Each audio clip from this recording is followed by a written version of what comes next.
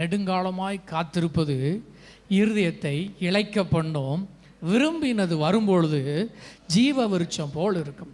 விரும்பினது வரும்பொழுது ஜீவ விருட்சம் போல் இருக்கும். காத்திருக்கிற நாட்கள் எப்படி இருக்குது? கஷ்டமாக இருக்குது. ஆனால் காத்திருக்குதல் ஒரு நாளும் வீணாய் போகாது. ரெபெக்காள் எத்தனை நாள் காத்திருந்தான்னு தெரியலை. ஆனால் அவருடைய திருமண காரியம் 2 நாளில் முடிவடைஞ்சிட்டு. சொல்லுங்க, ரெபெக்காள் எத்தனை நாள் காத்திருந்தான்னு தெரியலை.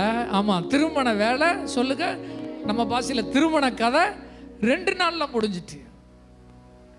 2 நாள் எலேசர் வந்தார். சொல்லுங்க, பொண்ணை பார்த்தாரு, ஓகே சொன்னார்.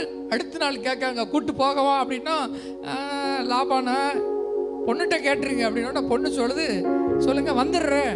ஆமாம், நேற்று இளையசரை பார்த்துச்சு, இன்னைக்கு ஒட்டகத்தில் ஏறி போணுச்சு.